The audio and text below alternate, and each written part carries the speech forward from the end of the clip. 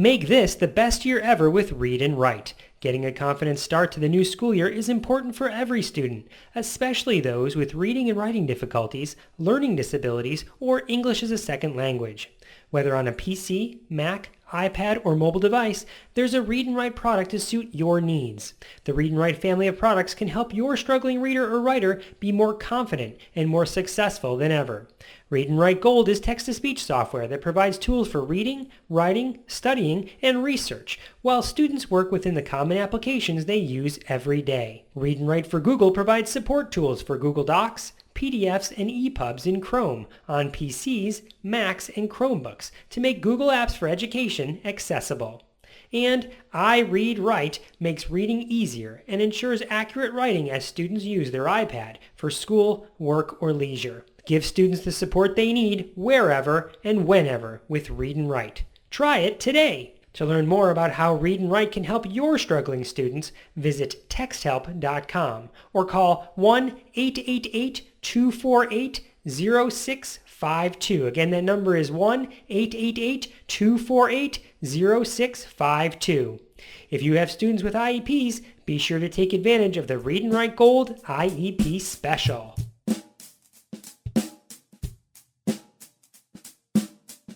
Happy New Year, and welcome to the A.T.TIPSCAST, where we explore free or nearly free tools and strategies that can be used to provide more options to all learners. I'm your host, Chris Bouguet. This is episode 141, recorded on January 4th, 2015. Beth Ploss and I are facilitating a one-day pre-conference session on January 28th in Orlando, Florida, called Technology-Driven Data Collection, Using Digital Tools to Document Progress. That full-day session is on Wednesday, January 28th, and we'll be talking about how to use technology to streamline and improve data collection strategies. You can register to participate by going to bit.ly/data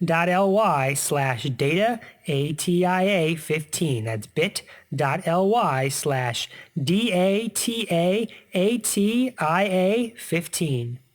Data is one of those nasty four-letter words that seem to raise the hackles of anyone who hears it. It's a shifty little animal that means different things to different people. When considering data, a number of questions seem to spring up. What exactly is data? Why should one collect data? When should one collect data? How often should data be collected? How does one analyze the data once it's been collected? Then, maybe most importantly, how does one use the data to make decisions and steer practice? We're going to be exploring all of that and more during the pre-conference session. One tool in particular we're going to discuss is how to use Google Forms to collect and analyze data. And that's exactly what we're going to explore here as we examine A.T.TIP 457, Google Forms for Data Collection.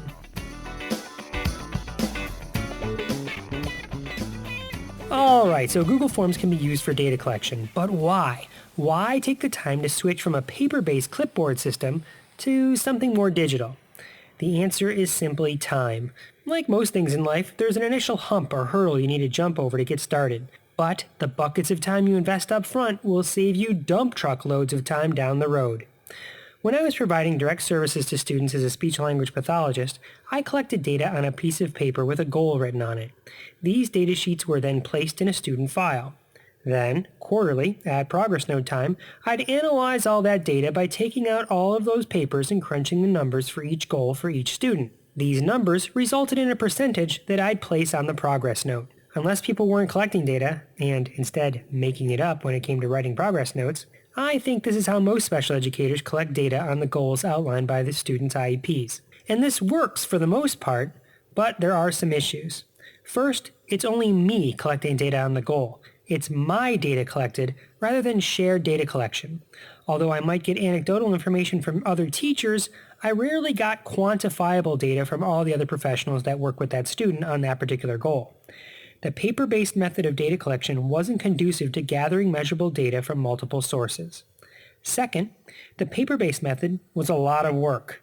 Analyzing the data takes a lot of time. Crunching numbers for every goal for every student and then writing those up had me acting more like an accountant than an educator. Third, sometimes students wouldn't make progress, or there'd be a decline in their abilities based on the numbers. Although this didn't happen often, it did happen, and I'd be left scratching my head, asking myself all sorts of questions like, Maybe my sample size is too small. Maybe I botched the math. Or maybe the decline is related to my presence, since I'm the only one collecting data on this goal. Maybe the student's doing great on this goal in another environment. And myriad other questions. Fourth, it just sucked to do. I remember wanting to call in sick so I could spend the day getting my progress notes done. Usually, however, it meant a Saturday or Sunday with stacks of sheets spread all over my living room floor. Each stack was an open file for a student. If someone were to peer through a window, I probably looked like a detective from an old noir film poring over case files looking for a clue that would tie the whole thing together. Despite my efforts to be diligent and organized, it was sloppy, messy, time-consuming work that I was doing on my own time. Man, how I wish I had Google Forms back then. It's a huge game changer. Google Forms allows the user to create customizable and shareable surveys. The results of the surveys populate on a Google spreadsheet. The spreadsheets can then be used to summarize the results. In some cases, the summary of results can even provide a graphical representation of the data, which is pretty sweet. Once you create a Google form, a hyperlink to that form is created. One can then share that link with other educators. Other educators could then use that hyperlink to collect data on the student, which in turn immediately populates the spreadsheet. Each entry is time-stamped, so you'll have a chronological order of every event. At any time, but especially at progress note time, anyone with the link can view the results to analyze the data. The data is already present in a digital form, ready to be converted into progress notes. Or, although I don't know anyone who does this, the hyperlink to the spreadsheet itself could become the progress note. In a measure of true transparency, everyone on a student's IEP team could at any time see the data being collected. Imagine a teacher working with a student, opening up his or her phone, pressing on a bookmark, and having the digital data sheet at their fingertips. Imagine a supervisor opening up a spreadsheet and seeing who has been collecting data and who hasn't. Imagine a parent in the middle of a quarter wanting to know what the progress is on the student. They could simply click on the hyperlink and see all the data being collected.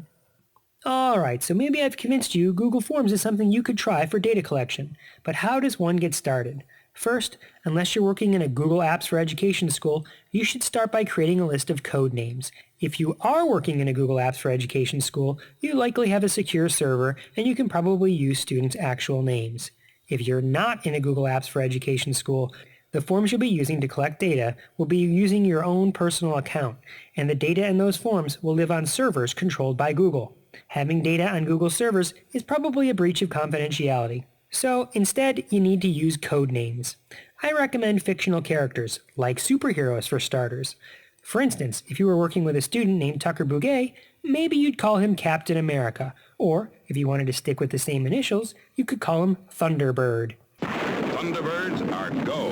If you need a list of all superheroes to get your code name set, you can get one grouped by letter at superherodb.com/characters. That's like superhero database? Yeah, it's superherodb.com/characters. Once you have a list of characters, a la student code names, now begins the tricky task of creating the Google form for that student. Before you create the Google form, you have to ask yourself how you'd like to have the goals organized. I think most prefer to have one Google form per student, where every goal is listed on that one Google form. Others, however, might prefer to have one Google form per goal, with each of these forms residing in a folder named with the student's code name. For the sake of time, I'm going to describe the one form per student method, but know that both could conceivably work. Now it's time to create the form in Google Forms. When you name the form, name it the code name of your student. Then, create a field for whom is completing the form. This is an important part of the Google form so that you know who is collecting the data if you're going to be sharing the link to the form with other educators. If you already know all the people who will be accessing the form to enter data, you could make the response to the question be a drop-down list. This will speed up the time it takes to complete the form because a responder would only have to select his or her name rather than having to type it. Once you've created a question and a field for the responder to put his or her name, break open the goals for that student and place the first goal as the first question in the Google form. That's actually the easy part. The hard part is deciding how to answer the question you just wrote.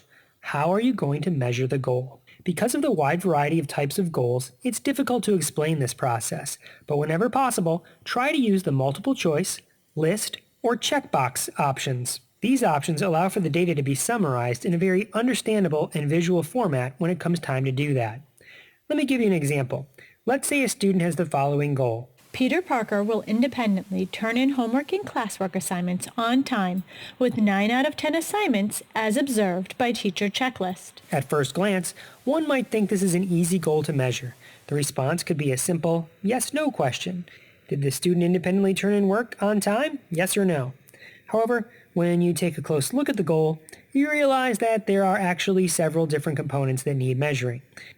There's how often the student completed the homework and classwork, how often the student completed the work on time, and how often the assignments were completed independently. A better way to have responses might be with several possible responses, each indicated with a checkbox where the person responding might choose any of the following.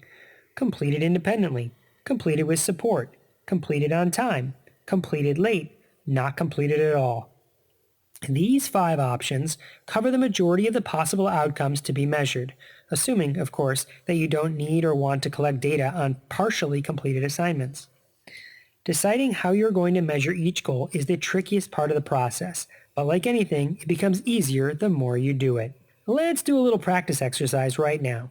See if you can come up with how you'd ask responders to measure the following goal. Clark Kent will independently use a graphic organizer and word processor to compose formal writing assignments with no more than 2 spelling/grammatical errors for 4 out of 5 writing assignments as measured by completed student assignments and teacher notes/grades per semester. Now, pause the podcast here and generate your responses. Don't worry, I'll sit here and wait. If you're in the car driving right now, just pull over. You don't have any place that important to be anyway. Okay, ready? Hit pause now. And we're back. You can start driving again. All right, how'd you do? Once again, I generated the responses using a list of checkboxes. So the responder could select any of the following. Independently used, prompted use, did not use, less than 2 errors, more than 2 errors. Now sure, I could have been even more specific, having more possible choices to include whether or not the student only used a graphic organizer and not a word processor, or vice versa, but I decided that our student wouldn't get credit unless he used both. I took the word "and" in the clause graphic organizer and word processor literally. How did your answers compare to mine? Okay, one more example before we go. Bruce Banner will answer critical thinking and analysis type questions about the content after reading grade level material with 80% in 4 out of 5 trials per quarters. For this question, you might use a scale from 0 to 10 to mark the percentage. Each time the student completes questions after reading a grade level assignment, the person collecting data could mark the closest percentage, rounding up or down as appropriate. After every question, a la goal, and answer, a la how one measures that goal, it's also a good idea to put another question labeled notes or comments with a response of an open-ended text field. This way, the responder, a la the person collecting data, can add any anecdotal comments about that particular goal. Once you complete the form, select Send Form and a hyperlink is presented that can be copied, pasted, and shared. Of course, I like to shrink URLs into something more memorable using bit.ly. For example, you can view a sample form I created by going to bit.ly/gfgoalssample. That's bit.ly/gfgoalssample. This is the hyperlink you send to people. Ask them to bookmark it on their phone, tablet, or computer. Then, when it comes time to collect data, the responder can readily access that bookmark and begin to collect their data. Now, back in your Google Drive, you'll notice that a Google form has been created along with a corresponding spreadsheet. This spreadsheet will have every question as a separate column along the top. Each time a responder, the person collecting data, submits a completed form, the responses populate a row in the spreadsheet. When it comes time to analyze the results, you have everything you need to know for each goal. As a little bonus feature, anyone with editing rights to the spreadsheet can go to the Form tab at the top of the spreadsheet and select Show Summary of Responses. A new tab at the bottom of the sheet will be created with the summary of responses. And that sucker is awesome. It takes each question and provides a visual representation of the responses, such as a pie chart or bar graph. It's pretty sweet. The data almost analyzes itself. That's something you just have to see to believe, so it isn't really conducive to audio, but of course, I'll have links to everything I mentioned along with examples of the summaries over at A.T.TIPSCAST.com. Now, using those spreadsheets, you can copy-paste the goals into your progress notes. If your system allows for it, you can even bring in the visualizations to enhance your progress notes. Like I said before, you can even share the direct link to the spreadsheet of results. And that's it. Voila! The progress notes practically write themselves. With a little practice, you can kick all of those pieces of paper to the curb, and you can create a streamlined data collection system for yourself.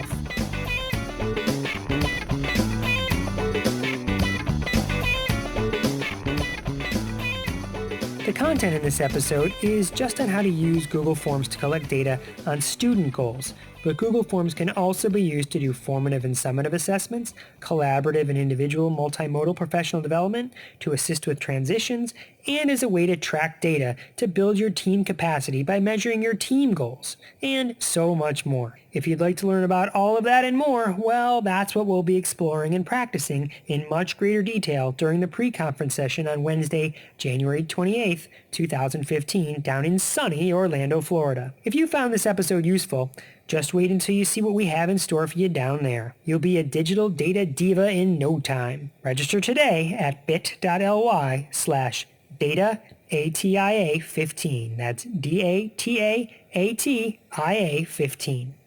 Until next time, may all your strategies be supportive, may all your interventions be inclusive, and may all your data be collected digitally.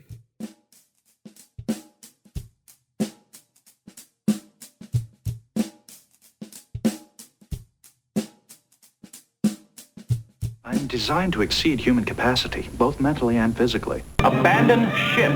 This is not a drill. Good night, Captain. Sleep well, sir. It is an intriguing sensation. She brought me closer to humanity than I ever thought possible. And for a time, I was tempted by her offer. How long a time? 0.68 seconds, sir. For an android, that is nearly an eternity. Nearly an eternity.